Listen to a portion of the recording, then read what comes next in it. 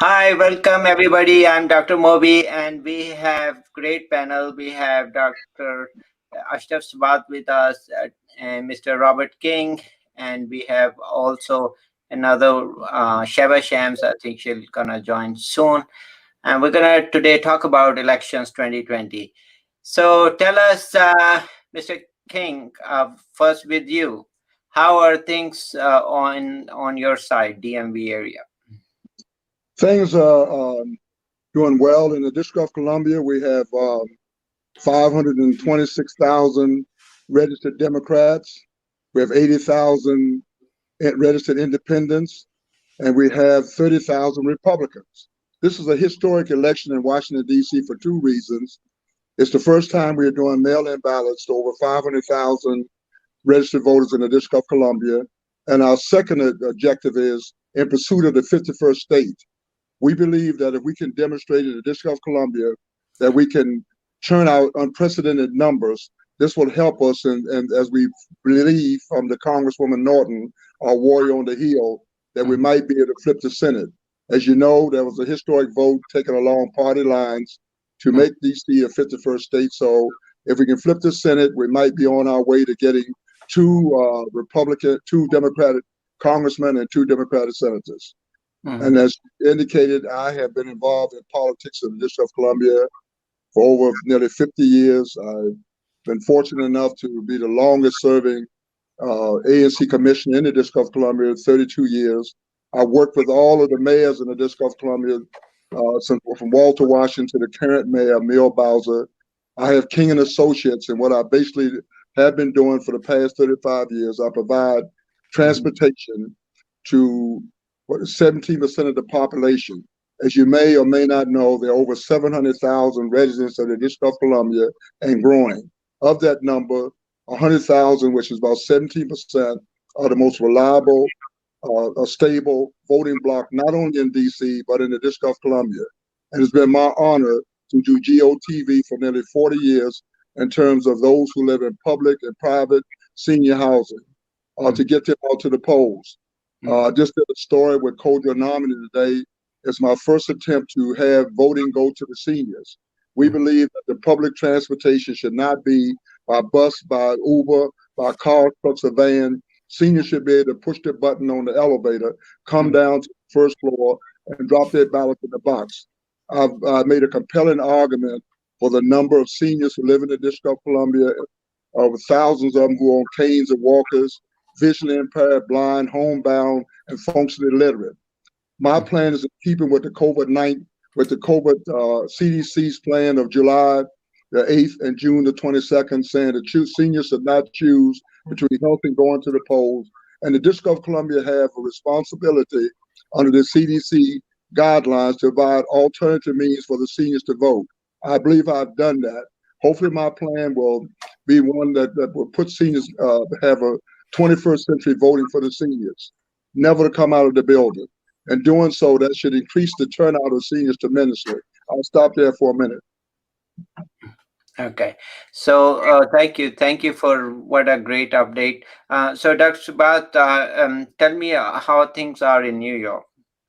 Well, it's great enthusiasm among the voters. I have the area where I am, actually it is traditionally a Republican stronghold, because in this area, in upstate New York, I guess only in US history, only one time Democratic congressman was elected.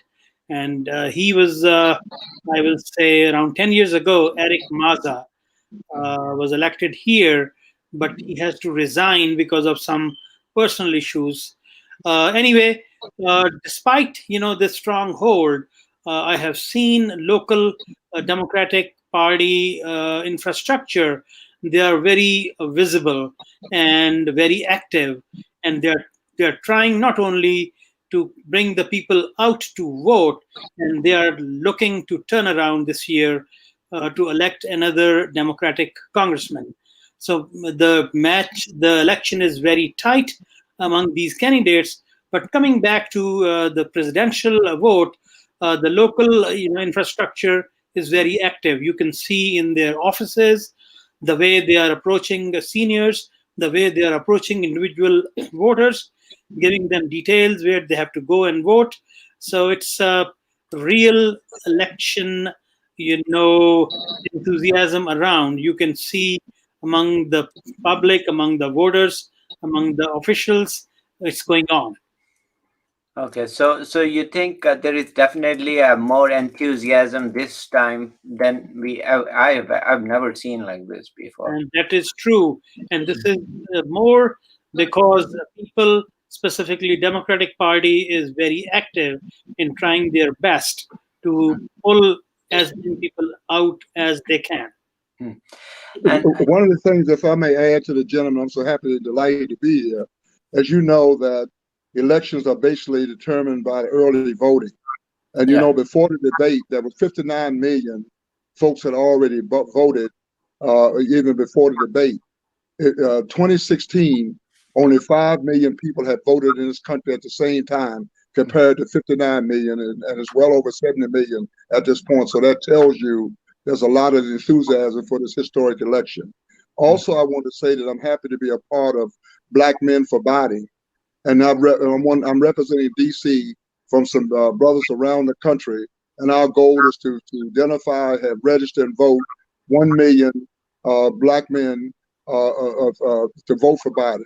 As you know, in 2016, there were only 5 million Black men that voted for Biden, and 10 million women, Black women. As you know, as we speak today, Trump still has 13% of Black support. That's why he's claiming that he's done more for Blacks since Abraham Lincoln. So the charge is still a very important one. We think that Black folks traditionally come out on election day.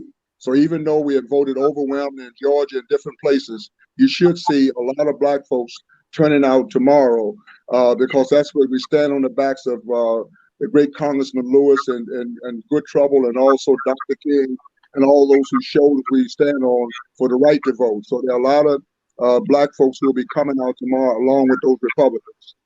Mm-hmm. So you think I think what I have seen over the elections is that Republicans votes tend to be very loyal. They are actually they always show up. On the other hand, the Democrats actually they depend. Sometimes they show up, sometimes not. So Republicans have always advantage. They are diehard fans, and they will, no matter what happens, they always show up. And then it is important to kind of see that. So it's very important for Democrats to make sure their voters turn and show up, because that can decide the election pretty much. Yeah, early voting, if you know, early voting, there were 59% of the early voting was Democrats. And Trump, only 22% Republicans. As you notice, if you know, Trump has said he wants his base to turn out. He thinks he can win the election in one day. Unfortunately, his advisors told him last week that he had to go back because he was too far behind with respect to the Democratic vote. Also, Biden leads the independent vote, which is very crucial. Nobody gets to the White House without the independent vote. So I think that Biden has that edge. What I'm worried about is that the Republicans be done with the early voting. I want to remind everybody, I don't that whole I'm reminded of Hillary what happened before. Of course, I have a problem with the popular vote. What I'm really concerned about is the battleground states, state by state. In terms of District of Columbia, only had 3 electoral votes, so we need about another 268, 267. So we got to go to those battleground states, and where they're very tight. In Florida, they're very tight in Ohio, in some parts of Pennsylvania. So we really got to be very, very careful about the battleground states, because that ultimately decides who becomes president of the United States. It is not the popular vote. And I don't want us to get lulled to sleep on that. Okay, yeah, I think that is so important. So let's welcome 2 more guests, and I think they are in line right now. So let's first have Shaba Shams. She is from Florida, and she is well known with her program Shaba Speaks. Hi Shaba, how are you doing? I am wonderful, really nervous, and I'm on edge. So we'll see how we're gonna overcome tomorrow. Thank you for having me, Dr. Moby. And thank you. And we have also Dr. Rauf Arif. He's from Texas. And so we have covered major portions of US, as you can see, and we have few more guests joining. So let's go one by one, Shaba. So what's your take on the current situation in Florida? Where do you see is going? Well, I mean, as you guys know, Florida is a red state. There is no doubt about it.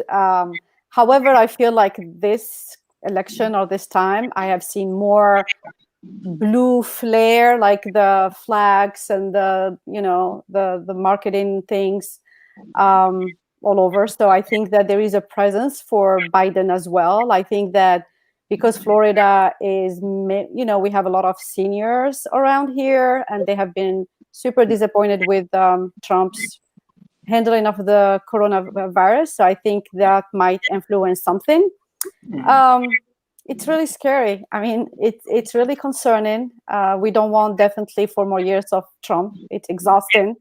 It's bad for our mental health, our physical health, and it's also bad for just day-to-day lifestyle. I don't think a Trump presidency is a healthy way of living, and the behavior is not normal for a president. And I'm kind of blown away when I see people still supporting him, and it doesn't make sense for somebody who's very common sense oriented.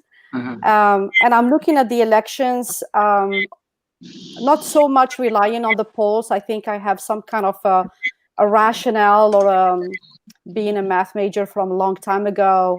The math doesn't add up for Trump to win. The math does not add up for Trump to win. Just because if we look at what happened in 2016, who elected him versus who is going to come out this time around not elected him, I think the math doesn't add up. And so let's also hear from Dr. Rauf Arif. He's from Texas, and we are hearing kind of different tune this time. Is Texas is in play? So tell us a little bit about Texas and where was the situation on the ground. Right. Thanks for having me, Dr. Moby. It's interesting state, as you know, but we all know like it does not fall in those 6 swing states that I think one of your guests just talked about. Texas with Beto O'Rourke last time, Texas became one of those states that kind of like challenged Republicans, that it's no longer their stronghold. There might be changes down the road in terms of like the state is going in favor of Democratic Party, but I don't see that Democratic Party is gonna win, or Democrats are gonna win this time from Texas, at least. But interesting facts like in the pre-voting, little over 9 million votes have already been cast from Texas alone, which is remarkable, I would say. And if I'm not wrong, I think Houston is 4th largest city in terms of its population, for sure, in the United States. And Houston has seen so much more pro-democratic kind of like voting that's taking place. And that's why, if you have been following most recently, there is a lawsuit that Republicans have filed against the voting. That was that was just to give a quick context for everyone. That was a drive-through voting, and Republican Party started blaming that those drive-through voting booths were intentionally placed at locations that favor Democratic people to go and cast their votes. So it's like, it's an issue now. It's a really, really important issue for the state of Texas. We're talking about 120,000 votes. The fate of 100... The judge overruled, though. The judge overruled the decision. Yeah, okay. But yeah, you are absolutely right. But what I have learned, they have decided to go further. They have got, because like now they are thinking to go like maybe at from state Supreme Court to the next level. So it's like it's interesting like how it is playing out. One thing, Dr. Moby, I can definitely say, like being an international faculty member here as well, Texas is becoming a really interesting state in terms of its like political engagement. And there used to be only one version or one voice, and now it's like it's pretty diverse kind of like group that's coming up, and people have started speaking up in favor of their own parties. Like there is a strong presence of Democratic voters, at the same time, like of course stronghold of Republicans as well. Okay, so I think it is very interesting with Beto. It started all this actually, even to think of somebody, and so also Right. you're right. There are a lot of new votes, actually minority votes in Texas for the first time, right? So can it swing the state? Probably. That's true. Maybe it will be close. Maybe it will spill it to Arizona. Maybe.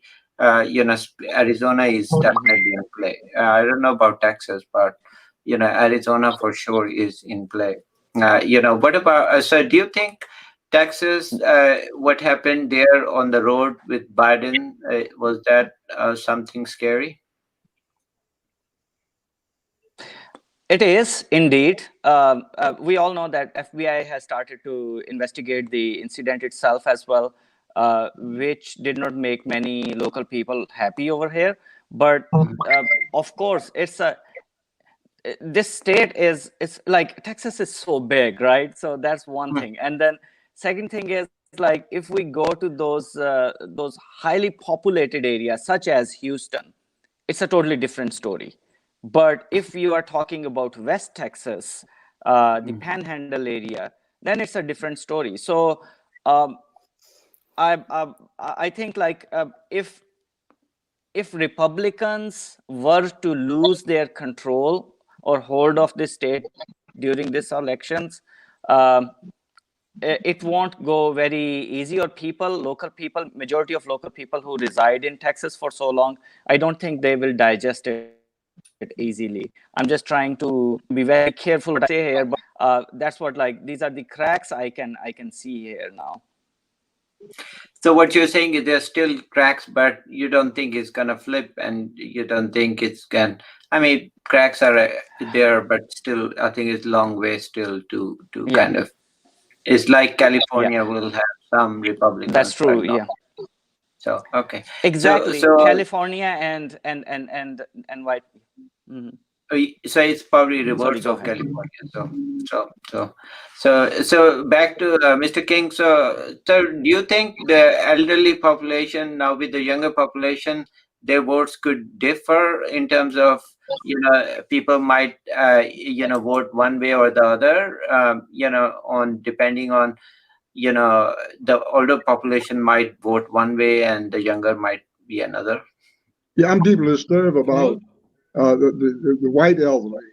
It's obvious that the black elderly population is strongly behind Biden. But I saw some numbers the other day that were very disturbing to me in different places like Florida, some places like Texas, where Trump holds a slight edge over the elderly voters. And I think that what's driving Texas at this point, a lot of the young people are going back home, and they're depending on the millenniums are voting off the chain much better than they did for Obama. The numbers are almost double. So they're in Texas and other places, they're expecting in other minorities to drive this thing home on election day, because young people are voting like they never voted before. As I said, I'm a little disappointed that that Trump still holds a slight edge with white seniors in different places. Okay, so let's welcome Dr. Anwar Masood. He's from Maryland. And Dr. Anwar Masood, how are you? I don't know whether you can hear me. Dr. Anwar Masood, are you there? Yes, I'm here. Yes. Okay. How are you doing? I'm doing good. Welcome to our program. We have an excellent panel. So tell us how things are in Maryland. Oh, they're good. They're good. We are Montgomery County is mostly Democratic, so we are fine. You guys rock. Okay, so basically we are a minority majority. Minority, like that. Yes. I think your governor is Republican, which is very interesting. That he actually is a lot of Democrats support him. He's a very good governor. He's a very good human being, and he works with the Democrats. Yes. Mhm. And so it's very important to realize that you could have good people on either side, and but so I think he's example, and actually he voted for Ronald Reagan. He says, I'm not gonna vote for any president, Mhm. and that's just like interesting to see.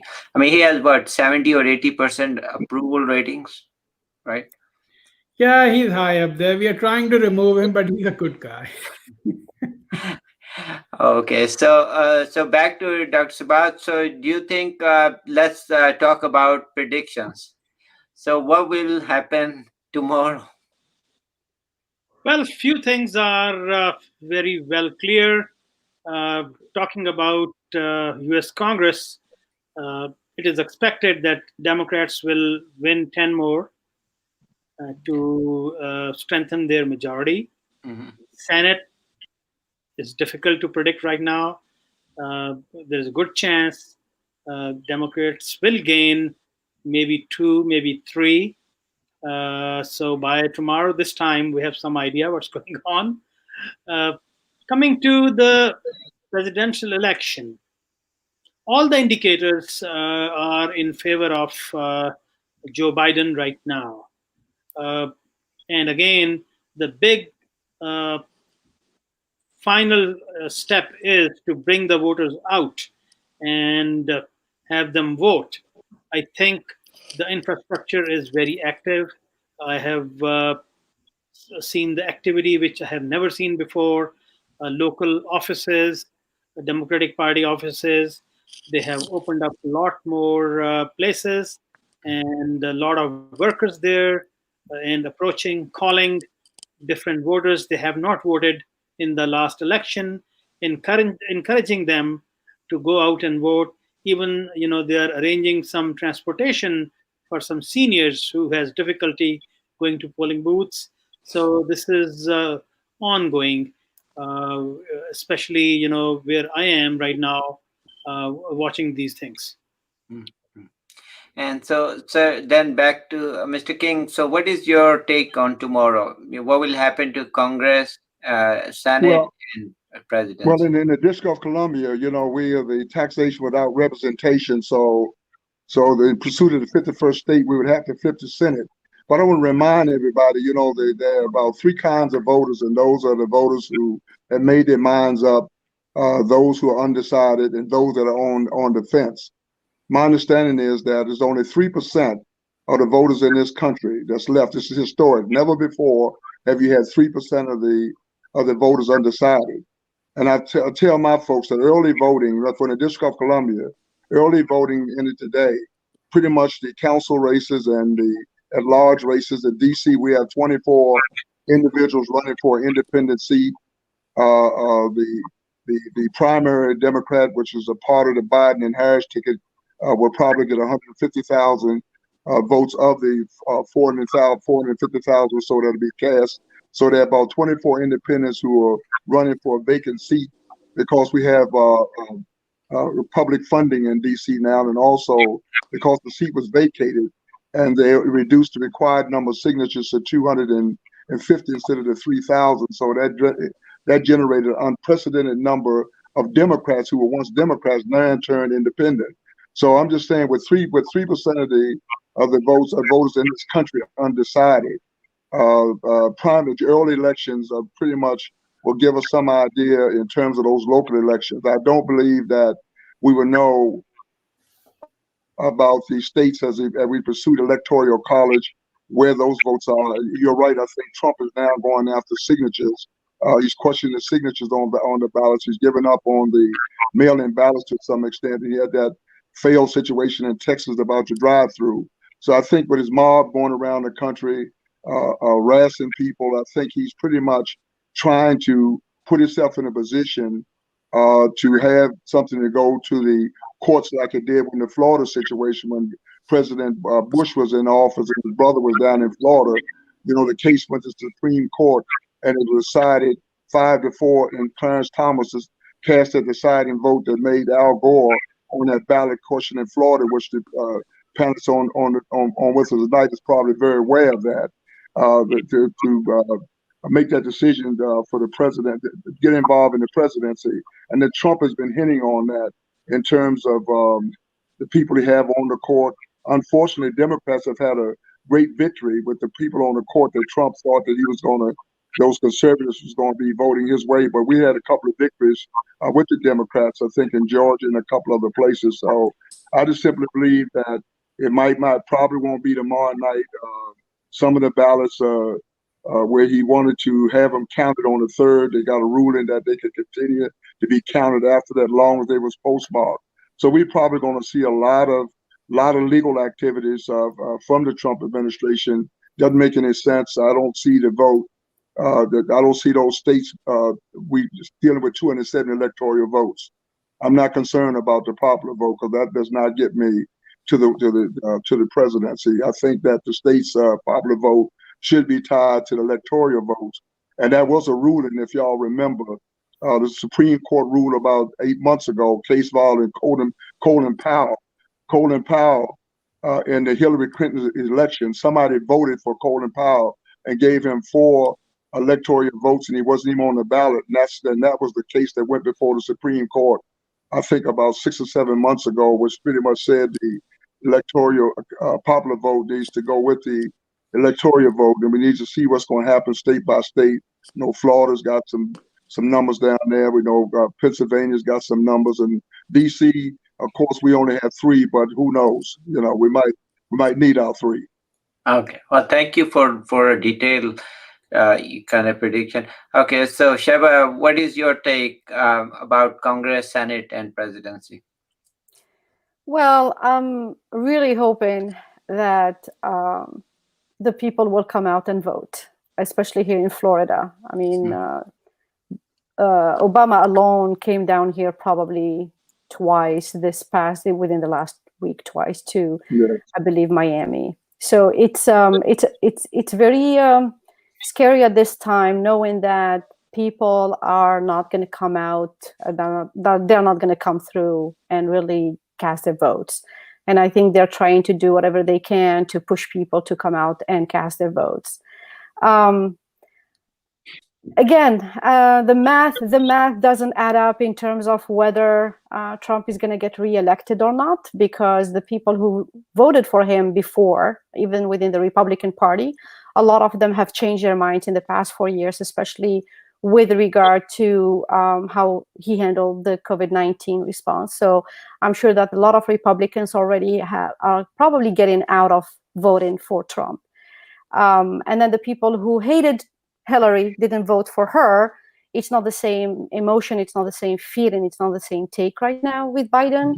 And Biden has a better positive outlook, or people looked at him in a much better way, I would say, than Hillary. So I'm hoping that a lot of people that did not vote for Hillary because they didn't like her before would vote for Biden, because it's not the same feeling. So I kind of had a better framework when I was thinking about it by myself, and then I shared my thoughts with my husband, and I'm like, because I used like different pieces to explain exactly what I was thinking in terms of the blocks, the clusters that came out for Trump versus the ones who came out for Hillary, and the people who held back, and then how that cluster from Trump is going to split in terms of getting some of it to Biden. So I am hoping that we're not going to have another 4 years of Trump, just because of the division and everything else that he has caused. And I hope, honestly, this is just me, in the spirit of being positive and trying to be a force of love and unity, that I am hoping that the country that we are becoming, the America that we're becoming, is going to really stand together, from young to seniors to every walk of life, really to establish what America has become, as opposed to what Trump of America want to do. So yeah, it's we'll have to see what's going to happen tomorrow. Okay, well, thank you for that. And back to Dr. Arif, what do you think will be, for Senate and Congress and presidency?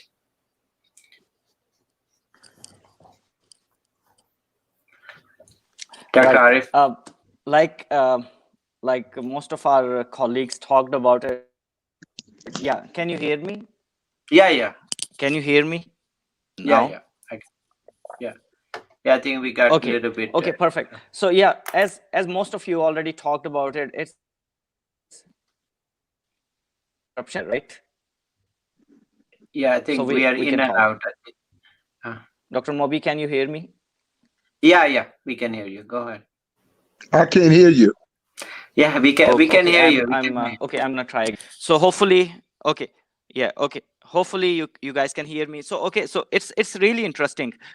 Senate is also, I mean, Senate also depends. Like for example, Congress, Arizona, like Senate vote for Arizona, it looks like it's gonna go in favor of Democrats, right? So I think as far as like presidential elections are concerned, I'm really carefully looking at these swing states.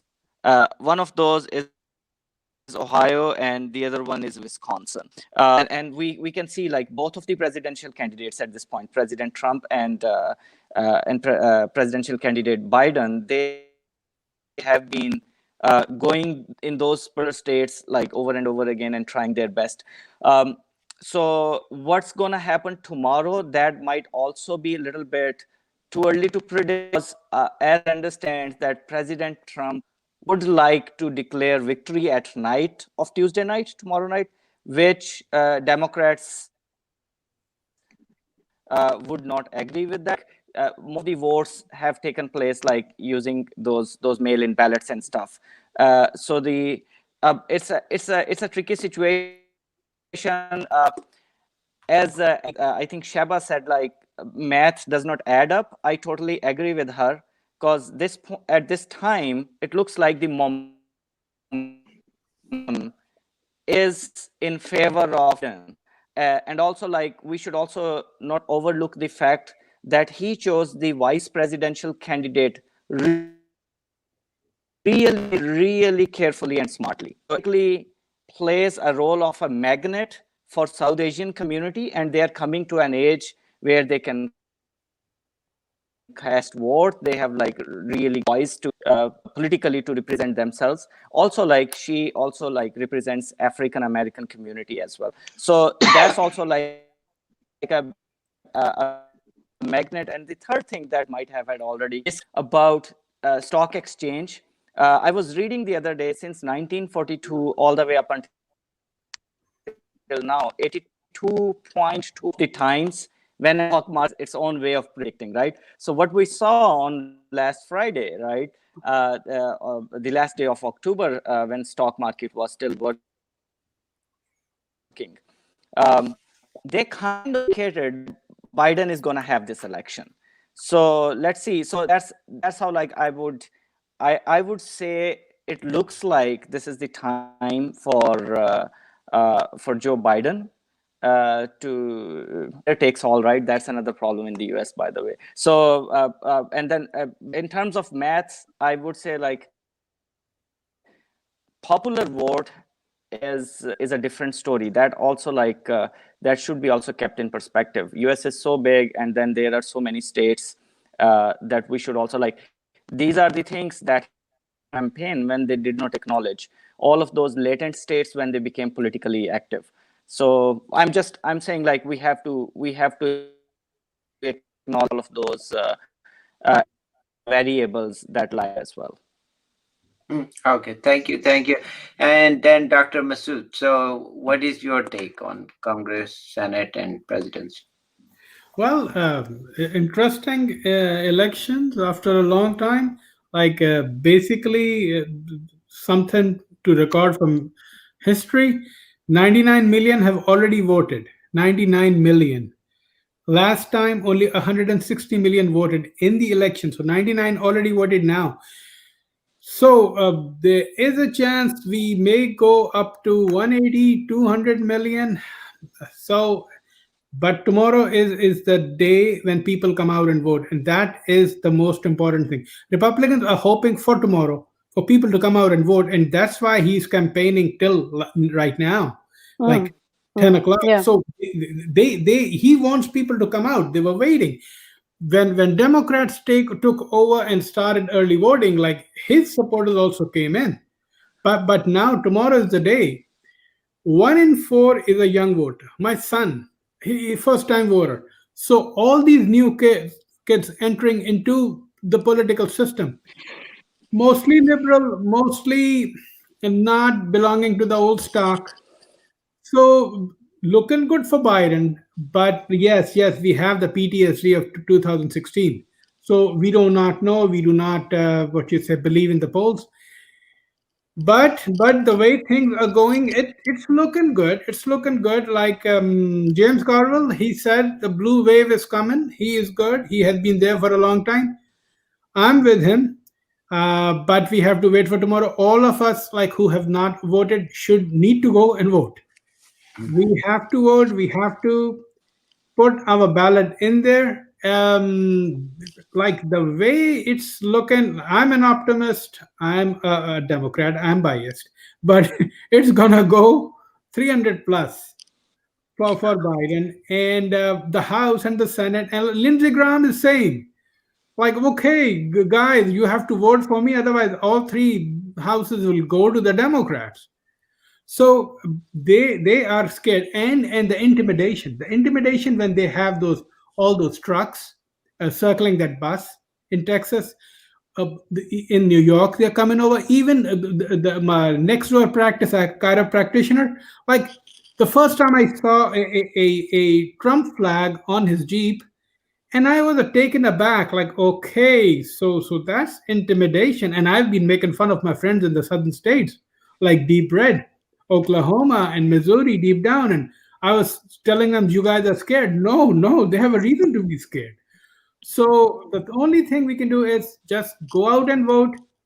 Things are looking good, but we have been afraid for the last, because of 2016, we are cautious. So let's go ahead and vote. That's my take. We already have 3 weeks ago. Yeah. Oh, like I did. We started 9 days before, so I voted. My son voted yesterday. So you guys in Florida, like 3 weeks, so you have a lot of time. Yeah. We got them a while ago. We voted probably 3 weeks ago. And if I may say, I am neither a Republican or a Democrat. I'm not. I always put myself as an independent because I love it around elections where every group party fights for me. So that gives me a lot of attention, and I love that. So I'm not declared either party. However, I believe that this election, the way I see it, being in a semi-objective position sort of thing, it's not even about Republican and Democrat. It's not even about the policies, or because we know pretty much what the Republicans stand for and what the Democrats stand for. It's not really, am I going to choose policies of the blues or policies of the red? I think at this point where I personally stand, and a lot of people along with me, it's about decency, it's about unity, it's about the rhetoric that is about divisive, and the racism, everything that's going in the country. It's like, how can we handle more on this toxic environment? It's interesting because we talk about organizations and we denounce the whole idea of a toxic work environment. Well, America has become a toxic living environment because of the hatred and the divisiveness that this president is injecting in his people's lives. And then, of course, he is a leader of a lot, many, and they're listening to him. They're influenced by him, and I still don't understand the rationale behind it, but that's another story. And they are mimicking and mirroring the words that come out of their mouth. They take in it and it becomes an attitude. So now we're dealing with a whole movement of attitude formation from a belief system and from these values that he's injecting, from the experience he's sharing with them, from the knowledge he's injecting in them. And that is something that's not going to go away overnight. It's not going to go away with an election. And my take right now, right here, that I can share with you is that no matter what happens, whether Trump is in the White House or he's no longer in the White House, he's not going to go away. He's simply not going away. The divisiveness and the poison he's injecting in people's heart and soul and mind, and the attention he's getting out of it, he's not going to go away. He's going to continue doing and harming. And he found a réseau, like a channel, to feed whatever illness he has in him. And doctors out here, maybe those of you who are good with mental illness or something like that, can help him out, because God help us, this is not a person who's going to go away with just an election. And the damage is something that we have not even understood the magnitude of the damage that these 4 years have caused. And this is coming from an objective, independent voter. Yeah, good saying, all those things. Coming back to decency, like the whole DC downtown, Robert may be knowing about it, it's boarded. Why? Oh, yeah, we saw that, yeah. Around the White House. Why? Who's going to attack him? And the thing is, like the climate, the thing that he is influencing, the racism, how long is it going to go? This is USA. It does not happen here. And him leaving the White House, I still believe in the old Republicans. Like, they still love the country. They still love democracy. They still love the system. They believe in the system. So people will not let him like hang on for a long time. He will ultimately have to go, and like going down succession, like if the election is over, then the vice president, he's not there, then it comes to Nancy Pelosi, leader of the House. They may try to subvert it, but still, even if there is no decision, Pelosi would be the head of the country. So yes, I'm apprehensive, but I still believe in the system. You know, maybe it's because you are super optimist. I am optimist with a lot of realism in me. I'm very realistic, you know, and I try to see, you know, I mean, because he might not be in the White House. He might not be the president. What I'm trying to say is that he is not going away. Trump is not going away. One way or the other, he will continue poisoning the country and continue his movement because he's getting attention from it.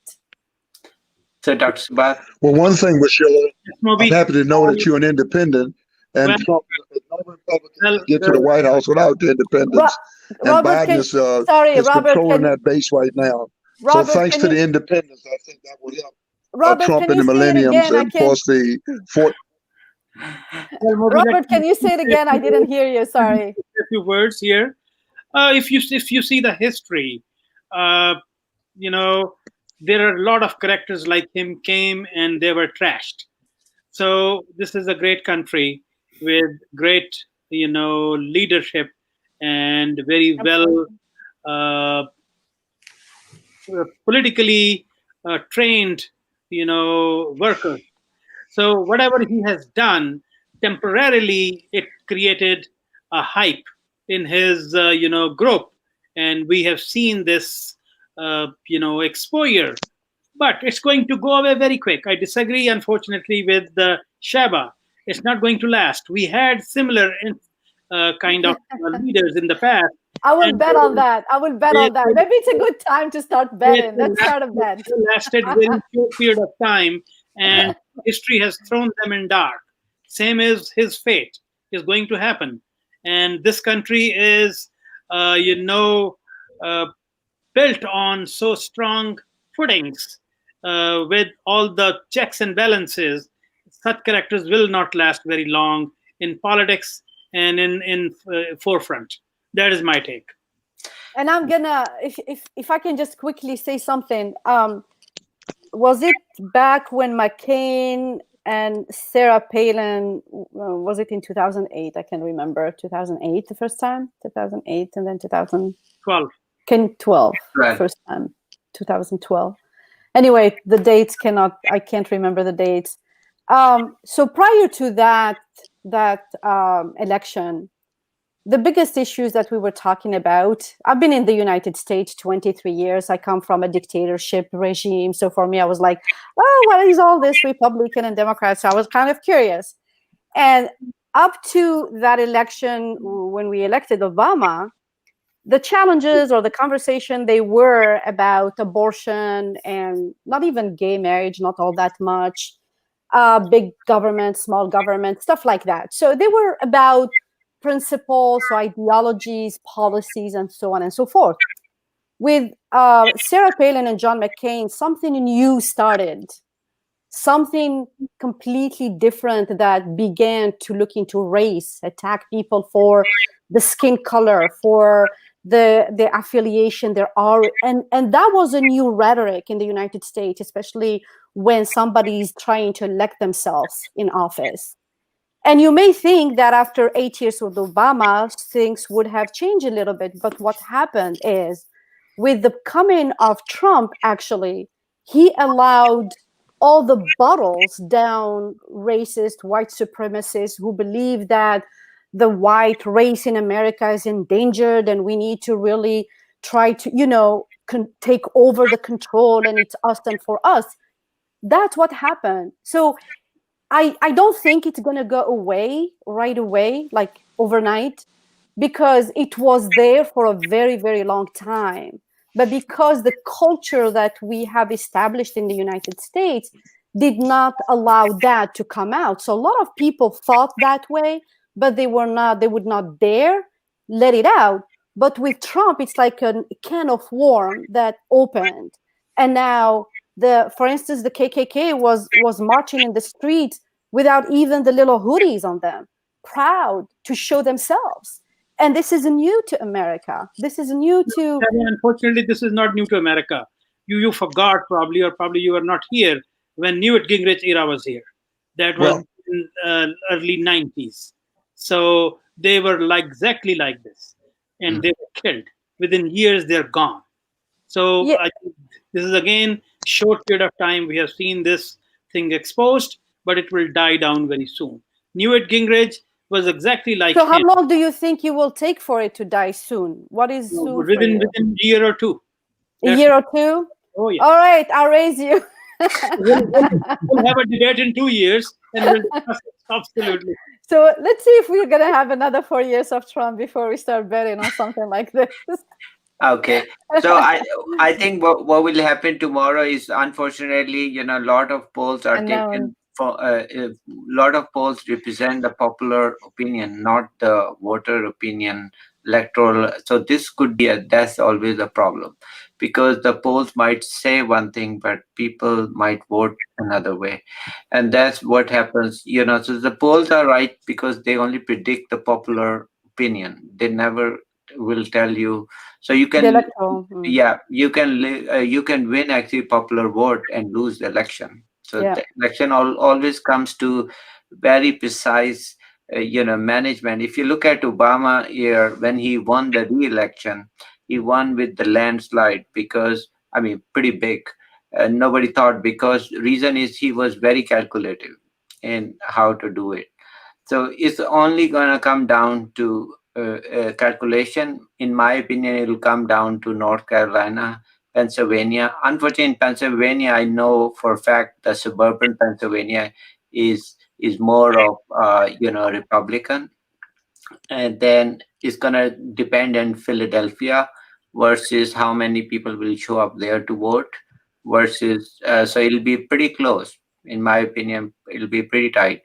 Florida, I think, my opinion is Trump is gonna prevail. I don't think Democrats gonna win. I'm sorry, Sheva, to disappoint you. That's my take. I think it's gonna come down to North Carolina and Atlanta area. If they can flip one. Wisconsin, my opinion, is gonna go Democrat. Michigan, I think it will go Democrat. That's my take. I could be wrong. So in Michigan and Wisconsin, and you said Georgia and North Carolina, it's over. It's over. Yeah, even if Trump wins Pennsylvania, and loses North Carolina and Georgia, he's toast.